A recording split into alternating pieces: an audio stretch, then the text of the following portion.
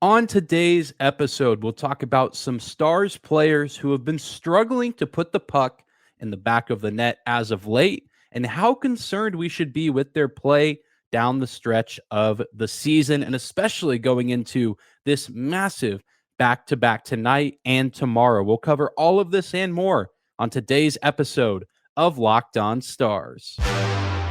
Your Locked On Stars, your daily podcast on the Dallas Stars. Part of the Locked On Podcast Network. Your team every day.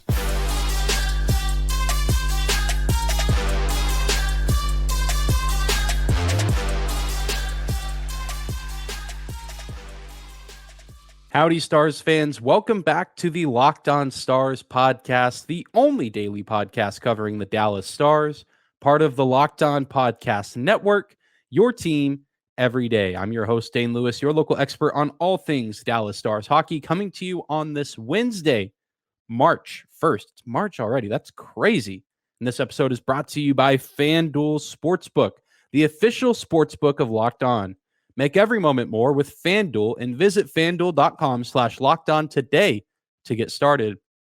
And whether this is your first time here or you are a recurring Locked On Stars listener, thank you for tuning in and making us your first listen of the day. Subscribe to the show on YouTube or follow us on your favorite podcasting platform. If you haven't already done so, the best way to help the show is to leave a like, a comment, or a 5-star rating or review on Apple or Spotify. And if you're watching on YouTube, you can see that the neon open sign is back on the set. Many of you know it just fell in the middle of a recording session a few weeks ago. And I had the thought yesterday that really things for the Stars had gone downhill, at least in terms of wins and things of that nature, since the sign fell. And so I figured it's time to find a way to integrate the neon open sign back into the show. And hopefully, if my superstitions are true, this means that the Stars will be back on track in no time. But I do want to spend the majority of the day talking about a few players on the team who have been struggling to score goals as of late, and talk about how concerned we should be with the lack of production from a few of the best players on the team, or at least guys that we should consider to be the best on the team. And the biggest name amongst all of these players, in my eyes, is Joe Pavelski. Joe Pavelski has fallen into a weird, uncanny dry spell, or really unnatural dry spell from him that we've been accustomed to seeing excellence from him. Last season, he set a new career high in just about every offensive category. He was voted as the team's lone all-star representative. He was excellent in the playoffs, and he got off to a hot start this season as well. But we've seen Captain America slow down just a little bit here over the past month and some change. He hasn't scored a goal since January 14th. That was the Saturday afternoon game against the Calgary Flames, where Joe Pavelski did record 2 goals in that matchup. But since then, 16 has not put the puck in the back of the net. He has 14 on the season to complement 37 assists, 51 points, and 60 games played for Pavs this season. And so lately, there's been some discourse on the internet and around this Dallas Stars community, wondering if Joe Pavelski has finally hit a wall and if he's starting to fall off, per se.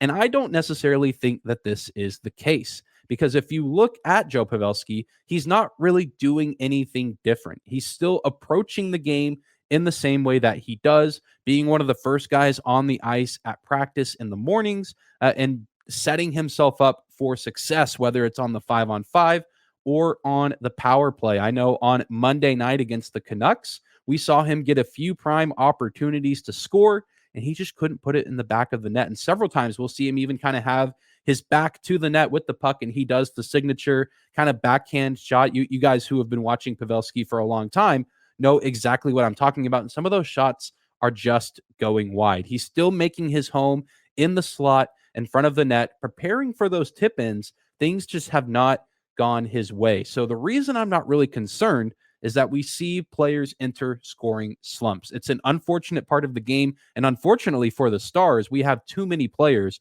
who have fallen into that category, including Joe Pavelski, who's still contributing to the Stars' top line. And I think that's where we can take solace, is at this point, we're still seeing some pretty good production from Jason Robertson and Rope Hintz. We've even seen Joe Pavelski pick up some assists over the past few games. His scoring drought really is reflected in the goal scoring, which it would be nice to see him get more involved. But I think at the same time, I think he's earned and deserves maybe some more grace than some other players on this team because of one, what he's done since joining this team. I mean, I think he's set the bar pretty high for himself. And so now this seemingly lack of production is abnormal and we're not used to seeing it. But I think that there's also, I think Joe Pavelski has earned to not be as, criticized as heavily as some other players that we'll talk about a little bit later, just because he's been so consistent for so long. You have to imagine at some point he was due for a little bit of a regression, although this is not a very fortuitous time for that to occur. And honestly, I mean, it's miraculous that he did what he did last season, given how long he's been in the league. At his age, he's in his late 30s. So I think that it's, normal to be worried or concerned right now. But given the history of Joe Pavelski and how hard we know that he works to, perfect his game and get his game to an adequate competitive level, I think that we can still be encouraged by what we've seen from him, knowing that eventually he's going to score. And I think once he finally gets one to go, I think he's going to get back into a rhythm. And I think he's going to be a huge piece for this team in the playoffs. We saw him come up huge in several games last year in the postseason against the Flames, and I expect him to be another key player for the team this time around. And there's a few people that are now concerned about the longevity of him. He's coming back next year for at least one more season, but he did it this year too. He is taking pay cuts with his new contracts. He's only going to be making $3.5 million next season, which again is, $2 million less than what he's making this year. So I for one am, upset that Pavelski hasn't been producing, but I'm willing to wait it out. And I know that he's going to get back on track because he's a guy who puts in the work. It's just a matter of when, not if. And so when he does, I think that top line is going to take even another step forward. We've seen Hintz and Robertson bury some pucks lately, and Pavelski's been involved in some of those plays. I would not worry too much about Joe Pavelski. I think in time he's going to get back into his rhythm, and we as Stars fans should know that he is a trustworthy player. And I know that many people are still rooting for him to do well. He's one of the most likable guys, not just on this team, but across the entire NHL. And I, for one, am excited to see him get back on track. And I think when it happens, the team in general will hopefully be taking a step forward with him. Well, we're going to take a quick break, but when we come back, we're going to talk about a few other players who are on scoring droughts that there maybe isn't much of an excuse for. And it just leaves us scratching our heads as to why they can't produce. And it's really hurting this team at this point in the season. Today's episode of Locked On Stars is brought to you by Indeed. No matter how the last game went, anytime you take the field, you've got a shot at greatness. Give your team the best shot at winning by recruiting more MVPs with Indeed. If you're hiring, you need Indeed, because Indeed is the hiring partner where you can attract, interview, and hire all in one place.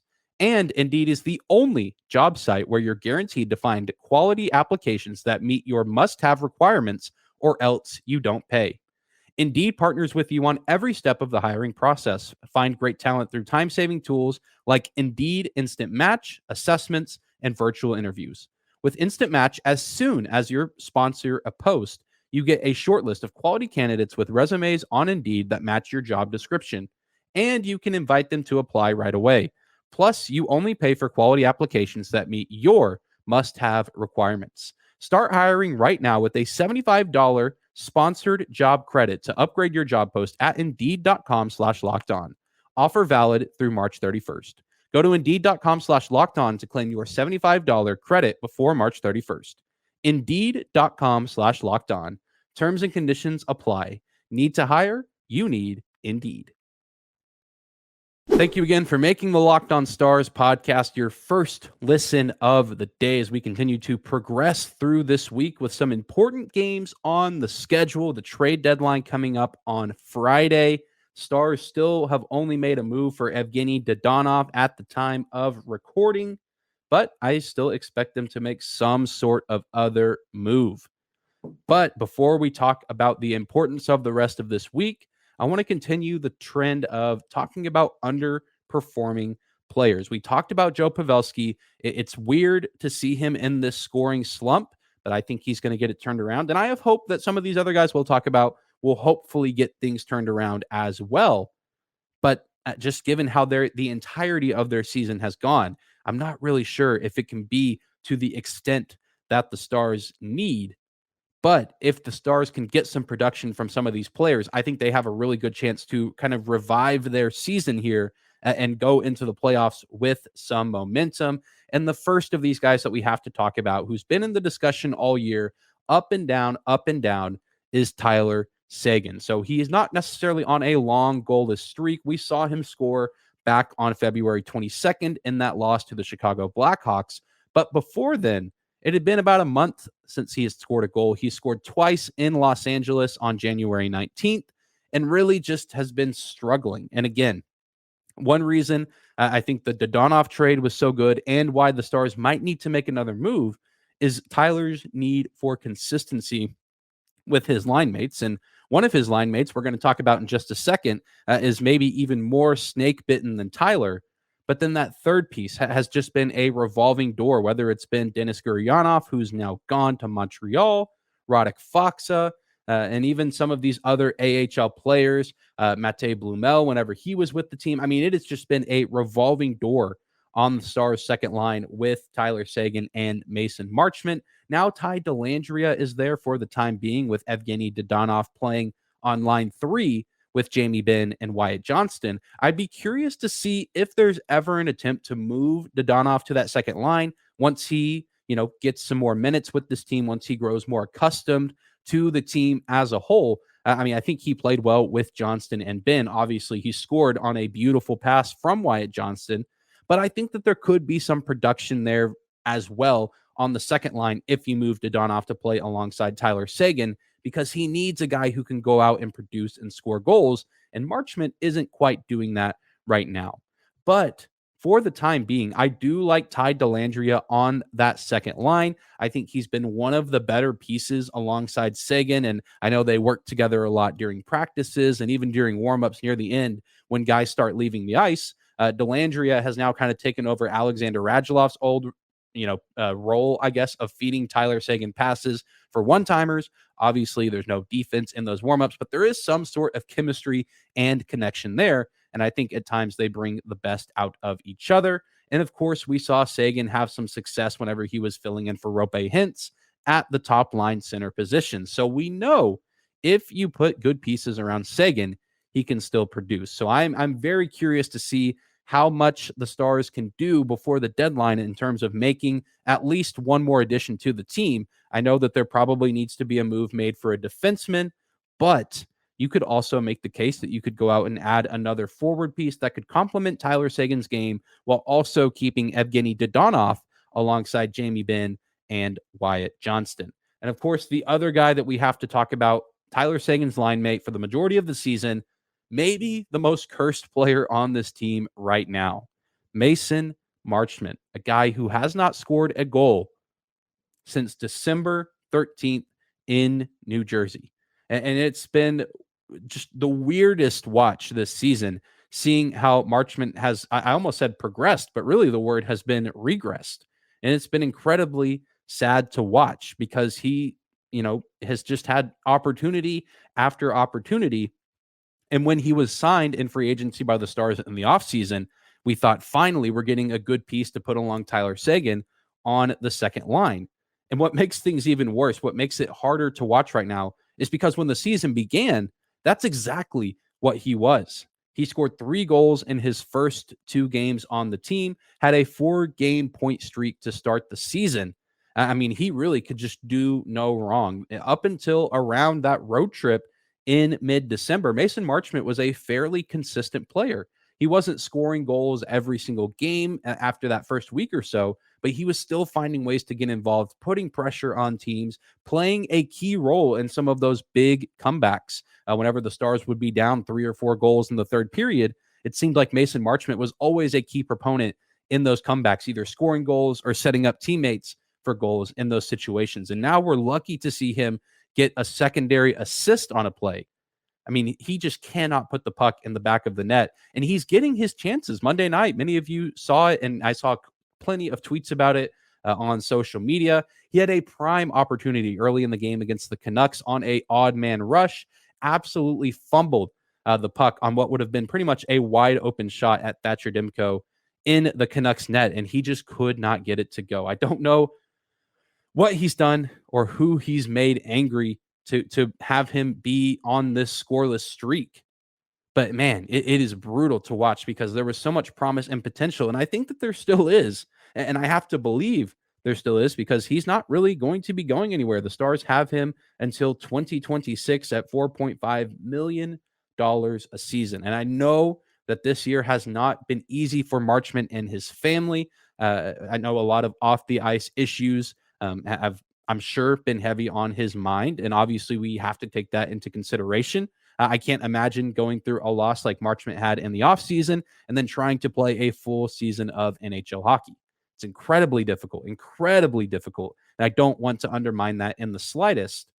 But I am truly rooting for him to at least get one in the net. Whereas Pavelski, yes, he needs to get one to go, and I think he'll get back on track. I mean, Mason Marchment needs one to go in a bad way because now I think that his scoreless streak is starting to affect his confidence. I still think Pavelski is playing with a ton of confidence on the ice. He's just not getting pucks to go.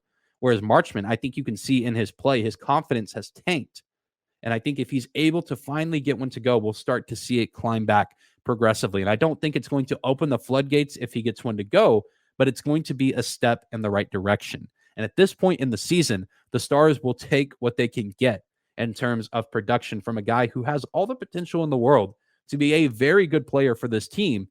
He just hasn't been able to execute as of late. And so, I mean, I'm obviously always rooting for the guys on this team and rooting for Seguin and Pavelski to get back on track. But Mason Marchment especially, just because this is a new city, relatively new to him. I know he's been here the entire season and played the majority of games, if not all of the games. And I really do think that he could be a special player for this team. He just needs to find that spark. And maybe if the team adds at the deadline one more player, maybe that third piece both benefits he and Tyler Seguin.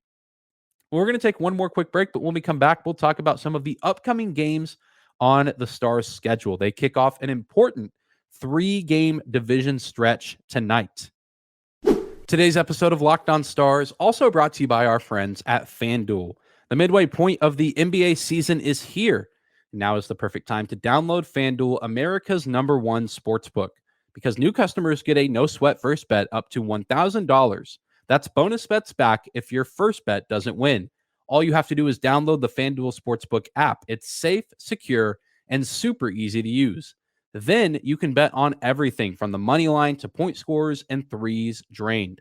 Plus, FanDuel even lets you combine your bets for a chance at a bigger payout with a same game parlay. So don't miss the chance to get your no sweat first bet up to $1,000 in bonus bets back when you go to FanDuel.com/lockedon. That's FanDuel.com/lockedon to learn more. Make every moment more with FanDuel, the official sports betting partner of the NBA and the Locked On Stars podcast. All right, everybody, we're closing out today's episode talking about the importance of this stretch coming up for the Dallas Stars. On the schedule, they have the Arizona Coyotes coming into town tonight. And obviously, you want to look at this game and say, well, it's a basement team. It's a team who's not going to be in the postseason. So we should expect a Stars win. But as we've seen over the past 2 weeks and some change, we know that that is not the expectation. We know that this Coyotes team is probably going to come in with some flair. The players are going to be playing hard. And even with, kind of the weird situation they're in of not playing some of their guys because of trade-related reasons, at least at the time of recording, Jacob Chychrun is technically still a member of the Coyotes, though he has not played in quite some time. This team still has weapons. They have Clayton Keller, Shane Gostisbehere. I mean, this is a team that the Stars have handled pretty well in their first 2 meetings of the season. But again, we know, given over the past few games, that you can't necessarily trust what you see in terms of points and record and things of that nature. So this is a must-win game at home against the Coyotes before heading to the Windy City tomorrow for the first road game of the season against the Chicago Blackhawks, who we also know through the first two games of the season you cannot take advantage of. As the first game, the Stars had to pull off a dramatic multi-goal comeback in the third period. And then we all know what happened in the second matchup just about a week ago, where the Stars blew a multiple goal lead of their own to the Blackhawks. Although now Chicago does look drastically different, as Patrick Kane is officially the newest member of the New York Rangers, reunited with Artemi Panarin back home in the state he grew up in, a native of Buffalo, New York. So now that is a huge piece missing from this team, but it wasn't just Patrick Kane who burned the Stars. Max Domi, Seth Jones, they still have good pieces on this team, and they've given up even other guys. I know that they made a deal with Toronto that sent a few players away. So it's a drastically different looking team than what we saw a week ago. But again, just because it's a team that has a bad record and is tanking does not mean it's an easy win for the Stars at this point in the season. Although I do think the matchups are favorable, and the Stars absolutely should win these games. They need to find ways to have offensive production like we saw on Monday, score 3 or 4 goals at the very least. And I think you have a great shot to win this game and give Jake Ottinger some insurance in the net. But quite possibly the biggest game of the week comes up on Saturday. The Colorado Avalanche. I've been saying it all season on this show, also on the Locked On NHL podcast on Western Conference Tuesdays that I co-host with Brett Holden of Locked On Oilers. And he's been saying this with me too, and I think a lot of other people as well. The Avalanche are coming. I know that they were down. They've had injuries. They've been a wild card team at points in this season. They've been out of the playoff picture at points in this season. But now they are, 2 points behind the Dallas Stars with a couple games in hand. They are sneakily approaching that first place spot in the division. They were my projection to win the Central Division this season. I haven't really wavered on that, although I've had belief that the Stars could be top 3. The Avalanche are coming, and they're still not even fully healthy, is what's crazy. Cale Makar is missing time. Gabe Landeskog still has not skated for the team this season. Yet here they are on, I believe, a 6-game win streak at the time of recording this, and they're coming to town on Saturday for an important divisional clash. Very well could be playing for first place in the division on Saturday, but the Stars might have a little bit of breathing room coming into that game if they can take care of business tonight and on Thursday. We're finally at the home stretch of the season. A few games in the month of April, but really this month of March is make it or break it for the team. And they've had a home schedule throughout the month of February for the most part that they have not been able to take advantage of. And they'll start to see a lot more of the road here in the middle of March. They have a 6 game road trip starting in Buffalo, and then they'll head out west for 2 games against Seattle, a game in Vancouver, a game in Edmonton, a game in Calgary, right there, right in the middle of the month. It is make or break time for this team. And it all starts with these 2 games on the back-to-back. I mean, if you looked at these games at the start of the season and said, wow, a back-to-back against the Coyotes and the Blackhawks, what a blessing. What a gift that we're seeing on the schedule. But these games make me nervous. You want to say at this point, the pessimist in me says, well, if you can get 2 out of 4 points in these games, you can live with it. But I mean, if you want to be a truly good team going into this game against Colorado, a game that is likely for the lead in the division, you must get 4-4. You must take care of business against these teams that have, some of them, lost all of their really good talent outside of 1 or 2 players. Like the Blackhawks now are without Kane, Lafferty, and I know a few other players as well have now departed from the Chicago Blackhawks, and the Coyotes also sending off some pieces here and there involved in a lot of trade moves. You have to take care of business with these 2 games and then find a way to win on Saturday with the Colorado Avalanche coming to town. It's a tough stretch, and it's not been a good stretch for the Stars as of late, but these are the kind of moments that you live for as a hockey fan, the meaningful games, the playoff level intensity, even though it's early March. But that's going to do it for today's episode of Locked On Stars. Thank you again for tuning in, making us your first listen of the day. Be sure to hit that subscribe button on YouTube, the follow button on your favorite podcasting platform. Follow us on social media at Dane_Lewis on Twitter, my personal Twitter account, and the show. You can find us at Locked On Stars. Thank you guys again for tuning in. We'll be back here tomorrow with some post-game coverage of the matchup against the Coyotes, and then we'll be looking ahead to Thursday night's game against the Blackhawks. And of course, if any other trade news breaks, we'll be covering it right here on Locked On Stars. But I hope you guys enjoy your Wednesday, and we'll see you back here tomorrow.